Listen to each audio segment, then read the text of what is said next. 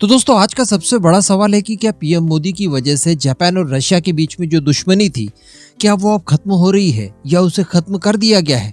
क्योंकि हमने अभी कुछ ही समय पहले कुछ दावे सुने थे और बताया जा रहा था कि रशिया ने पहले यूक्रेन नहीं बल्कि जापान के ऊपर अटैक करके विवादित आइलैंड्स को अपने कब्जे में लेने के लिए तैयारियां शुरू कर दी थी। लेकिन अमेरिका की तरफ से मिले न्यूक्लियर अम्ब्रेला की वजह से रशिया ने जापान के ऊपर अटैक नहीं किया और फाइनली युद्ध शुरू कर दिया यूक्रेन से। कहने का मतलब जापान और रशिया के बीच में मॉडर्न डे में ही नहीं बल्कि हिस्टोरिकली काफी लंबे समय से बहुत ज्यादा खराब रिलेशनशिप रहे हैं।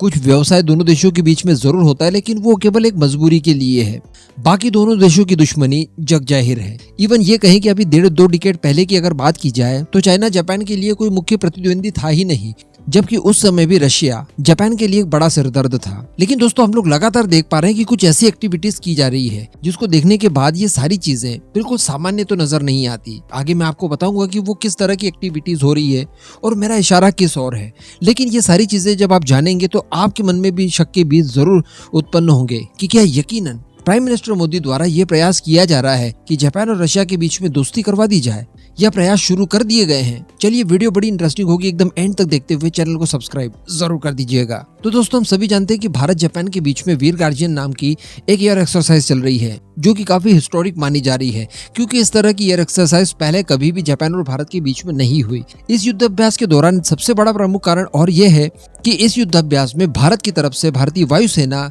Su-30 MKI विमानों को जापान लेकर गई है। और मैं आपको बता दूं, रिपोर्ट में भी ये कहा गया है कि पिछले 47 सालों में ये पहला ऐसा अवसर है जब कोई रशियन फाइटर जेट जापान की धरती पर उतरा हो। ये अपने आप में बहुत बड़ी बात थी। ऐसा कर पाना और किसी देश के बस की बात नहीं है। लेकिन यहाँ पर हम लोग समझ सकते हैं कि ऐसा करना भारत के लिए बहुत ज्यादा मुश्किल था, क्योंकि जापान ऑलरेडी रशिया का दुश्मन है। इसी के साथ साथ चाइना, जो कि जापान का उतना ही बड़ा दुश्मन है, वो भी Su-30 MKI का यूजर है। इवन बाकी सारे फाइटर जेट उसके Su-30 के आधार पर ही लगभग बने हुए हैं। तो ऐसी परिस्थिति में भारत अपने Sukhoi 30 विमानों को जापान लेकर जाए तो ये दोनों देशों के लिए बड़ा खतरनाक विषय हो सकता है। रशिया और चाइना दोनों के लिए। दोनों की तरफ से भारत को वार्निंग भी मिल गई। चाइना डायरेक्टली वार्निंग तो नहीं दे सकता, लेकिन इस एक्सरसाइज का उपहास उड़ाकर उसने अपना डर जाहिर कर दिया। तो दूसरी तरफ रशिया ने भी भारत को ये वार्निंग देते हुए कहा था कि देखिए, आप हमारे फाइटर जेट को जापान लेकर तो जा रहे हैं, लेकिन किसी तरह से इसके रडार सिग्नेचर्स को जापान रिकॉर्ड ना कर ले। बराबर केवल इतनी सी बात बोली रशिया ने, और यही मुख्य पॉइंट है। क्योंकि अभी मैं आपको बता दूं कि जापान के एयर सेल्फ डिफेंस फोर्स के चीफ जो है, जिनका नाम है जनरल इत्सु सुंजी, ये बड़े क्रिटिकल नाम होते, बोलने में थोड़ी सी दिक्कत जाती है। इन्होंने इस एक्सरसाइज में भाग ले रहे सभी प्रतिभागियों से बातचीत की, जिसमें भारतीय वायुसेना के कई सारे पायलट्स वगैरह थे। और इसी दौरान बताया जा रहा है कि उन्होंने Su-30 MKI की सारी विशेषताओं को जाना। अब अगर उन्होंने भारतीय वायुसेना के Su-30 विमानों की सारी क्षमताओं को जांचने की कोशिश की होगी तो डेफिनेटली ऐसा करने से पहले उन्होंने इजाजत भारतीय वायुसेना से जरूर ली होगी।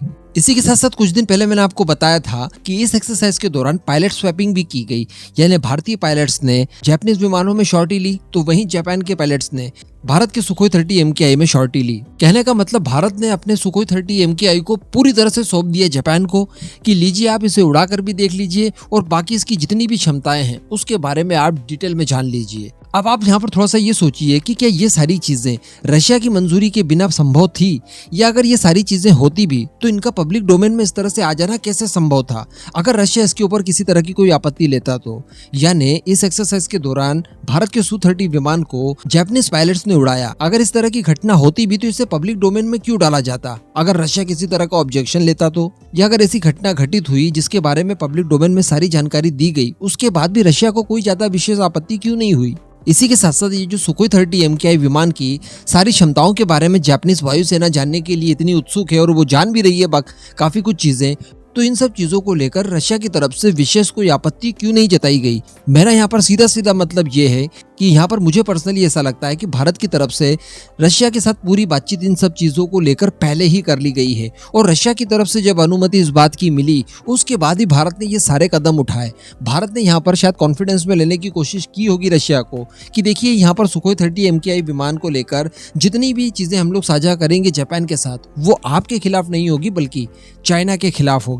जी हाँ, इसीलिए मैंने थंबनेल पर भी लिखा कि जो मुख्य बकरा है वो चाइना यहाँ पर दिखाई दे रहा है, क्योंकि इतनी सारी चीजें कोई भी अलाउ नहीं करता। अभी 1 से 1.5 साल हुआ है लगभग जब पाकिस्तान और चाइना के बीच में एक एक्सरसाइज हुई थी, उस दौरान अमेरिका ने विशेष तौर पर पाकिस्तान को वार्निंग देकर कहा था कि इस एक्सरसाइज के दौरान आप हमारे F-16 का इस्तेमाल नहीं कर सकते, यानी चाइना के साथ युद्धाभ्यास में हमारे F-16 का इस्तेमाल बिल्कुल मत करें आप। यानी ये काफ़ी सेंसिटिव चीज़ें होती है। इसके बावजूद अगर रशिया के सामने भारत इतनी सारी चीज़ें जापान के साथ कर रहा है, तो मुझे कहीं ना कहीं दाल में काला दिखाई दे रहा है। हालांकि ये काला नहीं कहा जा सकता।